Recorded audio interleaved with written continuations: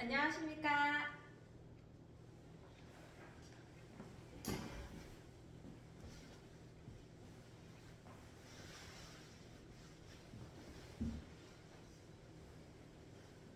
구상형 1번 답변 드리겠습니다. 제시문에서 발생한 문제점과 이것을 해결하기 위한 방안 두 가지 말씀드리겠습니다. 현재 제시문에서는 학생들이 동아리 내에서 한 명을 지속적으로 괴롭히는 문제가 발생하고 있습니다. 제시문에서 괴롭힘을 하고 있는 학생은 자신은 장난일 뿐이라며 이것을 넘기려고 하고 있지만 피해를 받고 있는 학생은 이에 대해서 불쾌한 감정을 표현하고 있는 것으로 보아 해당 학생에 대한 괴롭힘이 예상됩니다. 이에 대한 해결 방안 말씀드리겠습니다. 첫째, 저는 먼저 피해 관련 학생에게 정서적인 위로를 위하여 개인 상담을 실시하겠습니다. 현재 피해 관련 학생은 자신이 지속적으로 놀림을 당하고 있어서 마음으로 속상하고 자존감도 많이 저하했을 것입니다. 따라서 저는 학생에게 힘든 마음을 함께 이야기하며 풀어갈 수 있도록 하고 가해 관련 학생에게 이와 같은 일이 일어나지 않도록 조치하겠다고 마음을 안정시키도록 하겠습니다. 둘째, 저는 가해 관련 학생에게 학교폭력 예방 교육을 실시하고 그와 관련된 서약서를 받도록 하겠습니다. 현재 학생은 자신이 언어폭력을 저지르고 있다는 사실을 잘 인지하지 못하고 있습니다. 괴롭힘을 통하여 친구가 괴로워함에도 불구하고 그 행동을 단순히 장난으로 치부하고 있는 모습을 보아 이 학생에게는 이에 대한 교육이 필요할 것으로 보입니다.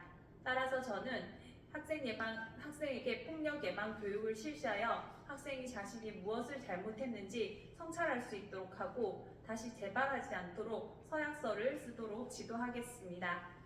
이와 같이 저는 학생 하나하나의 괴로움을 항상 같은 공감하는 마음으로 살펴주고 이를 해결할 수 있도록 노력하는 교사가 되겠습니다. 이상입니다. 구상형 2번 답변 드리겠습니다. 지역사회에서 학교의 연계성이 점점 커지고 있습니다. 저는 지역사회 교육이 학생들에게는 그 지역사회의 일원이 되기 위한 준비 과정이라고 생각합니다. 학교에서는 그 지역사회에 살아가는 학생들이 미래에 그 지역사회에서 더불어 살아가는 시민이 되기 위한 준비를 해줄 수 있어야 합니다. 그를 위해서는 지역사회에 어떤 것이 있는지 그리고 학생들은 앞으로 미래에 어떤 진로를 나아갈 것인지 지역사회에서 함께 살아가며 자신이 무엇을 할지 고민을 하는 시간을 가짐으로써 학생들이 사회적인 문제 해결과 사회적으로 어떻게 살아갈지 인성을 다지는 시간을 가지도록 만들겠습니다. 이와 관련하여 저의 교과가 지역사회에서 발휘할 수 있는 장점으로는 역량교과는 일상생활과 굉장히 밀접한 교과입니다. 따라서 저는 다방면에서 학생들이 역량교과와 관련된 지역사회 교육을 체험할 수 있도록 하겠습니다. 특히 지역사회에서 축제가 예를 들어 기장에서 다시마 축제가 일어난다면 기장 다시마 축제가 한다면 학생들에게 여기에 대한 관련 서포트즈 활동을 하게 하여 학생들이 기장 다시마 축제에서 자신들의 지역에서 일어나는 축제를 알고 기장 다시마가 어떤 영향이 있는지 홍보를 하는 활동을 하여 학생들이 기장 다시마 서포트즈 활동으로 본인이 할 수 있는 일을 찾아보도록 지도하겠습니다. 지역사회 연계교육을 진행하기 위해 저의 자질을 향상시킬 수 있는 방법으로 저는 지역사회 연계교육을 실시하기 위해서는 교사가 소통의 자세를 가져야 한다고 생각합니다. 교사는 항상 다른 사람과 소통하려는 자세를 가지고 학생의 배움에 어떤 것이 효과 있는지 알아보는 자세를 가져야 할 것입니다. 따라서 다른 학교의 역량교과 선생님과 함께 연계하여 저는 어떤 수업이 효과적이었는지 그리고 지역사회에서 연계해서 학생들에게 체험할 수 있는 프로그램이 무엇이 있는지 함께 논의하고 생각해보는 시간을 만들겠습니다. 이와 같이 저는 학생들께 항상 영양국가 교사로서 어떤 수업이 더 효과적이고 어떻게 해야 학생들이 좀 더 지식에 대한 폭을 넓힐 수 있는지 고민하는 교사가 되겠습니다. 이상입니다. 9사명 3번 답변 드리겠습니다. 생성형 인공지능 관련하여 학교 과제에 활용하는 것에 대한 찬반 의견이 있습니다. 저는 이에 대해서 찬성의 의견을 가지고 있습니다. 그 이유는 앞으로 미래 사회는 학생들이 미래 사회에서 반드시 활용해야 할 기기에 대해서 자신의 능력을 발휘할 수 있어야 할 것입니다. 따라서 학교에서는 학생들에게 인공지능 활용이라든지 디지털 기기를 사용하는 능력을 키워주어 미래사회 시민으로서 이를 대비할 수 있도록 해주어야 합니다. 오늘의 학생을 어제의 교육으로 가르친다면 그 학생의 미래를 빼앗는 것이라는 존 듀이의 말이 있습니다. 이와 같이 학교는 학생에게 과거의 교육 방법이 아닌 미래의 교육 방법으로 가르칠 수 있어야 하고 정해진 답보다는 학생이 창의적으로 새로운 질문을 할 수 있도록 지도해야 합니다. 따라서 저는 미래에 필요한 자신의 역량을 발휘할 수 있도록 학교에서 해당 역량을 키워줄 수 있는 교육을 실시해야 한다고 생각합니다. 이러한 선택을 바탕으로 제가 생각하는 교사상은 학생의 꿈의 씨앗을 키워주기 위해서 조력하고 안내하는 교사입니다. 학생은 자신의 마음속에 저마다의 꿈의 씨앗을 가지고 있습니다.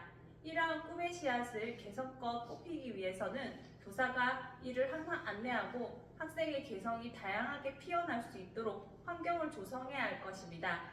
그를 위해서는 미래를 대비하는 역량도 키워줘야 할 것이고 학생의 꿈이 펼쳐질 수 있는 개성적이고 창의적인 교육 환경을 마련해야 할 것입니다. 따라서 저는 학생들의 전인적인 성장과 미래 역량을 대비하기 위해서 항상 노력하는 교사가 되겠습니다. 이상입니다. 즉답형 잠시 구상 후 답변 드리겠습니다.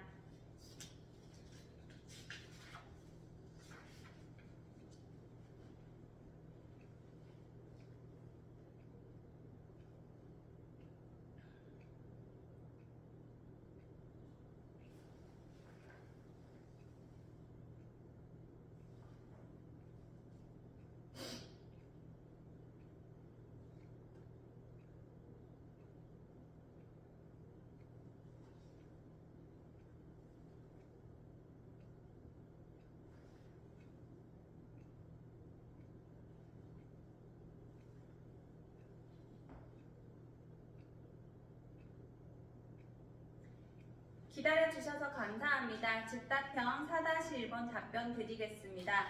제가 김교사라면 다른 교사분들께 사회 경제적으로 여건이 좋지 않은 학생에게 장학금을 추천해야 되는 이유에 대해서 다시 한번 자세히 말씀을 드리겠습니다.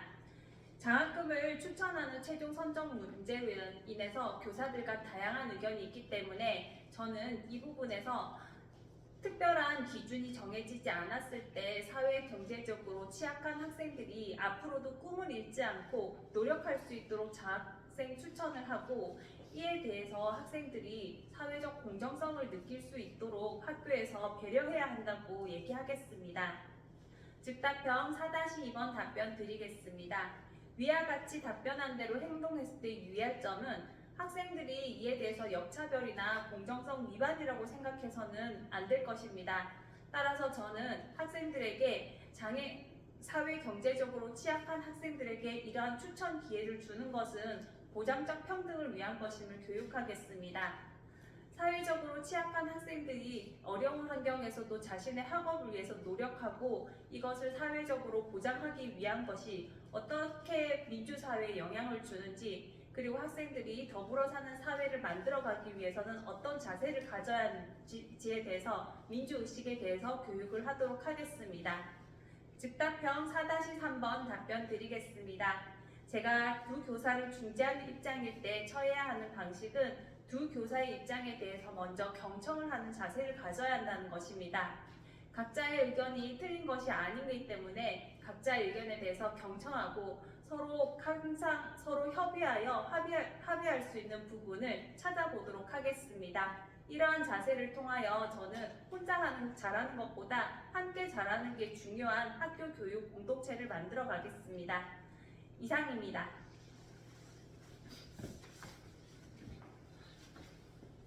경청해 주셔서 감사합니다.